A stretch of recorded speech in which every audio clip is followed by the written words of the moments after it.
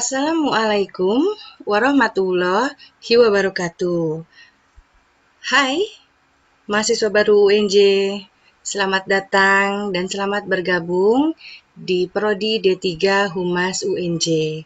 Saya, Wina Puspitasari, akan memberikan materi dalam rangka pengenalan kehidupan kampus mahasiswa baru atau PKKMB dengan tema How to be productive as a PR student in pandemic. Langsung saja ke materi. Bicara mahasiswa baru, bicara perubahan, ya. Apa saja yang berubah ketika seorang siswa menjadi mahasiswa, ya. Yang pertama, tadi sebutannya, siswa menjadi mahasiswa, ya. Kemudian berubah dari menggunakan seragam sekolah menjadi menggunakan pakaian bebas. Tadinya pergi ke sekolah menjadi pergi ke kampus. Ya, lebih bebas, lebih bergaya, tapi ingat juga di sini ada tanggung jawab yang lebih besar. Tapi Desember 2019 merubah itu semua. Apa yang berubah? Kenapa? Pandemi COVID-19. Harapannya tadi pergi ke kampus, sekarang harus melakukan pembelajaran jarak jauh.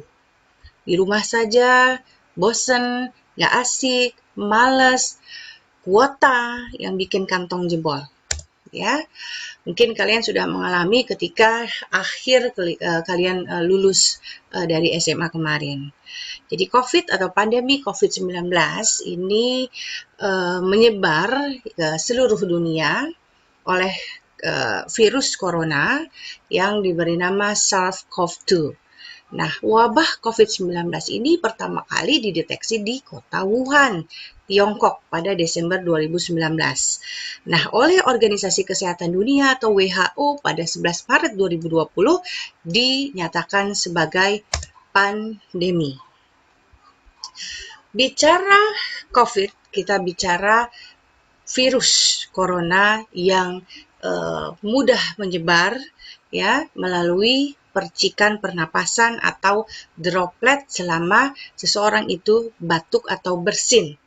Ya, menyebar ketika droplet tersebut menyentuh permukaan benda yang terkontaminasi kemudian menyentuh wajah seseorang. Nah, sehingga paling menular saat orang yang menderitanya memiliki gejala maupun meskipun penyebarannya mungkin saja terjadi sebelum gejala muncul. Nah, periode waktunya ya sekitar 5 hari atau berkisar 2-14 hari. Wabah ini masih terus menghantui sejumlah negara tidak terkecuali Indonesia, di mana kasus pertamanya dikonfirmasi terjadi pada Maret 2020. Nah, sebelumnya mahasiswa masih kuliah normal ke kampus tatap muka dengan dosen. Tapi sejak tanggal 15 Maret 2020, di sini ada himbauan Presiden untuk meminimalisasi penyebaran COVID-19, masyarakat diminta untuk bekerja, belajar, beribadah dari rumah. Nah, hal ini otomatis metode pembelajaran pun berubah. Ya, seluruh aktivitas manusia dibatasi, kegiatan pembelajaran mulai dari sekolah dasar sampai dengan perguruan tinggi. Ya, tepatnya pada tanggal 9 Maret 2020 dengan Surat Edaran nomor 2 dan nomor 3 tahun 2020 tentang pembelajaran secara daring, bekerja dari rumah dalam rangka pencegahan penyebaran coronavirus disease atau COVID-19. Seluruh pimpinan perguruan tinggi di setiap daerah diminta menghentikan kegiatan akademik seperti perkuliahan secara tatap muka sebagai tindak lanjut dari surat edaran tersebut. Nah, sebenarnya ini berkaitan dengan atau sejalan dengan era revolusi industri 4.0 dengan menggunakan teknologi komunikasi informasi, ya.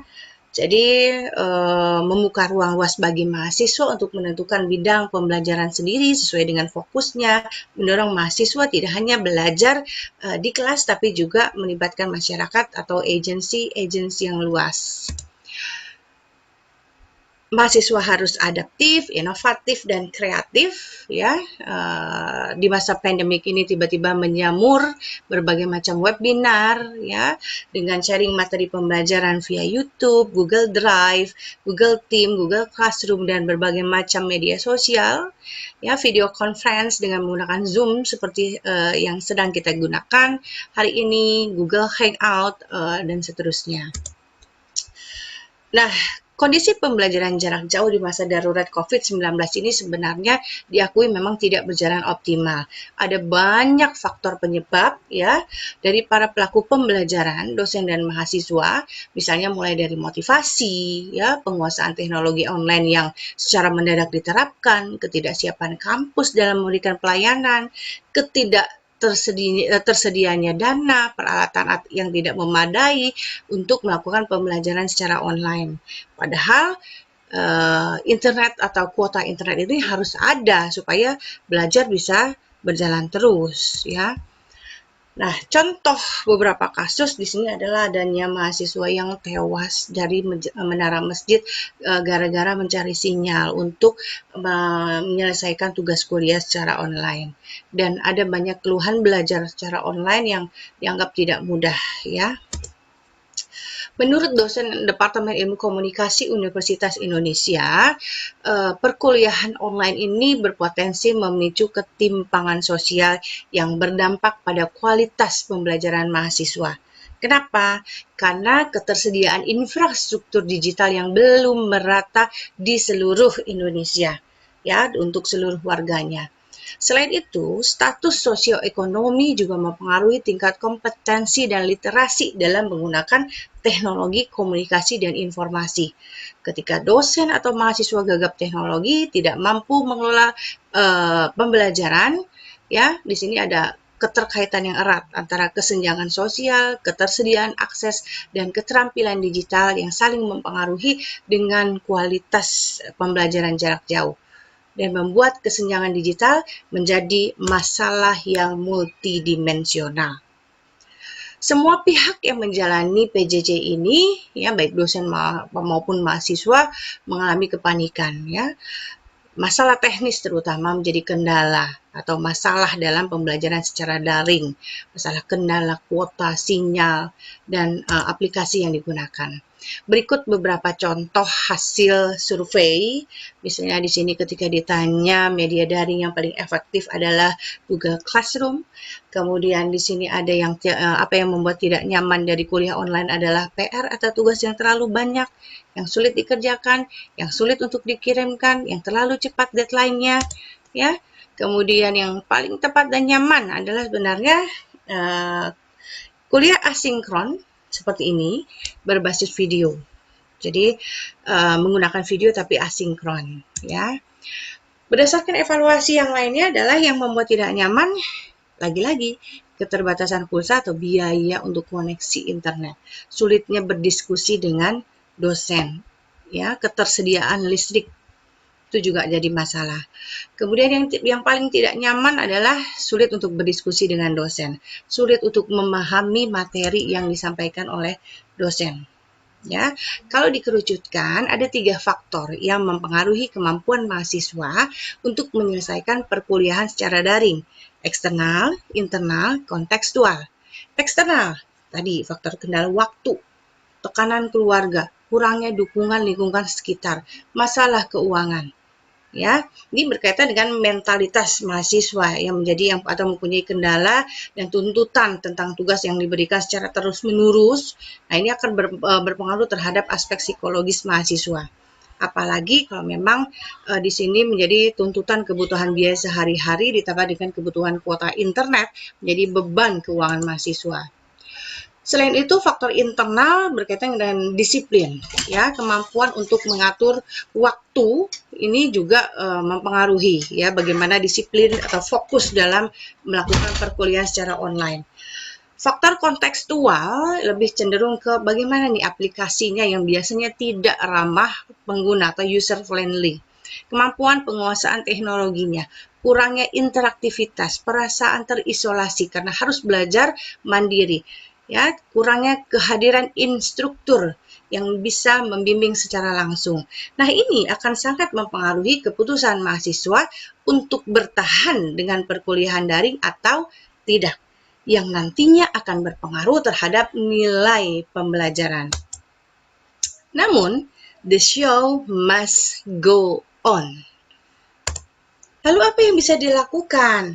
Ya, ini menjadi tantangan bagi dosen maupun mahasiswa. Bagaimana mengaitkan pemanfaatan teknologi pembelajaran ini dengan kualitasnya. Jadi, muatan pembelajaran daring memang harus terus disempurnakan, ya, sehingga memungkinkan mahasiswa yang terlibat dalam proses pembelajaran.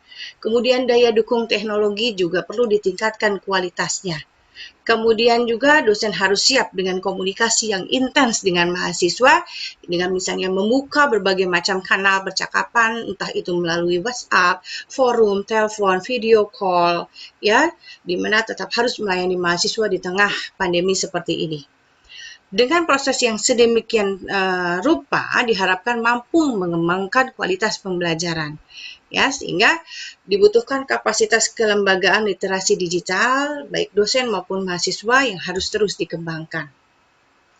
Efektivitasnya tentu saja tingkat prestasi pembelajaran ini nggak bisa dari nilainya saja, tapi juga harus dilihat dari prosesnya dan sarana penunjangnya.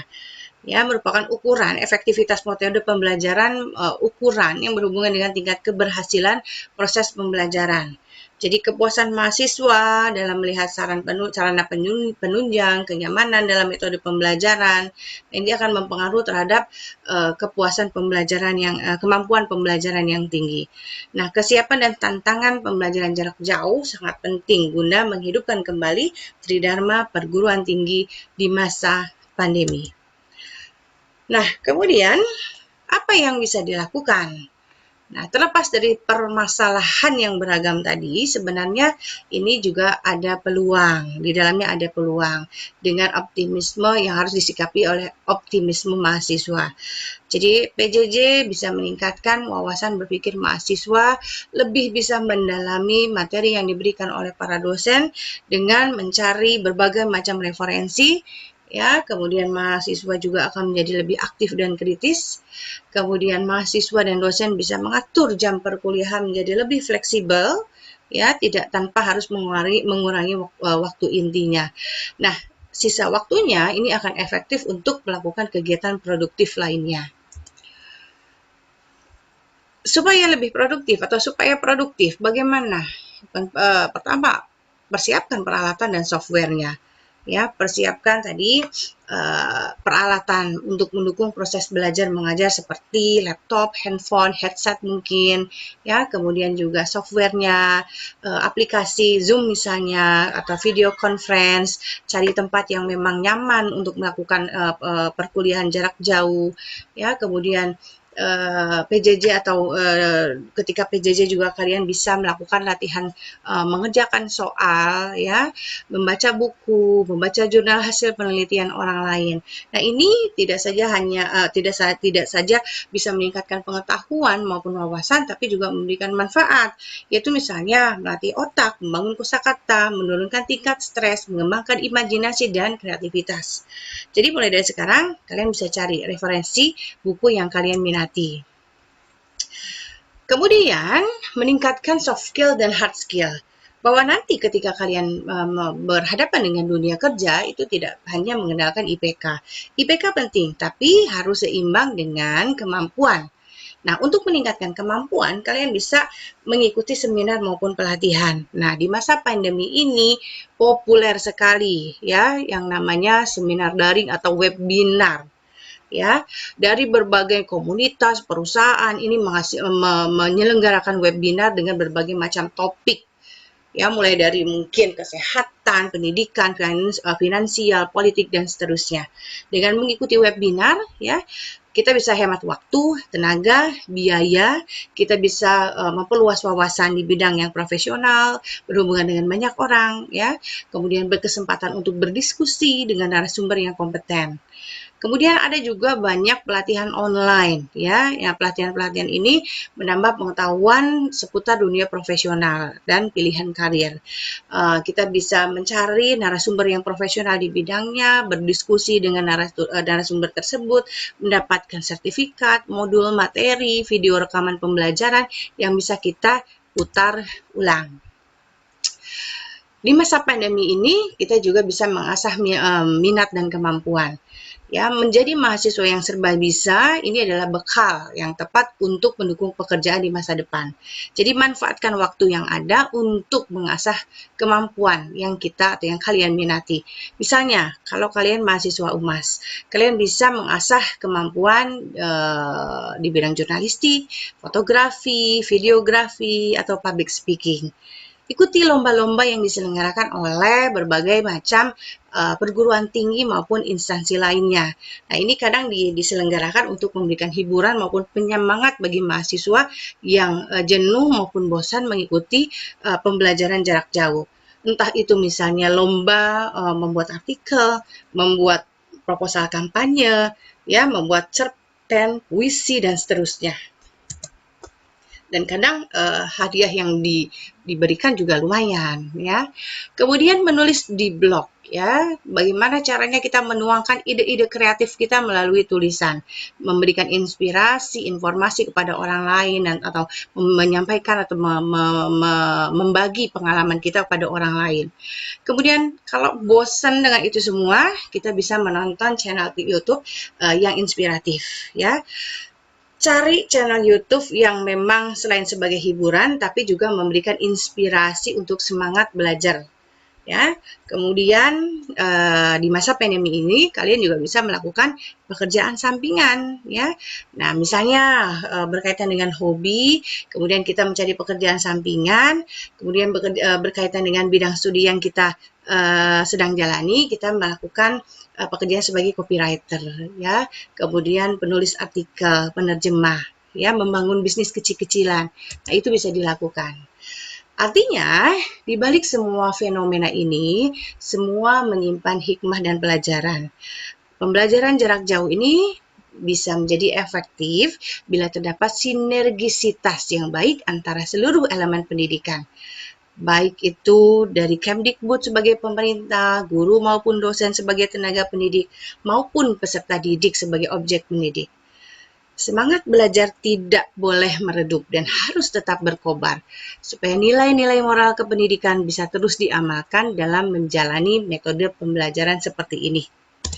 Kalau meminjam, ya, apa yang disampaikan di iklan zaman saya dulu, belajar jarak jauh atau PJJ, siapa takut? Oke, billahi taufiq wal hidayah. Wassalamualaikum warahmatullahi wabarakatuh.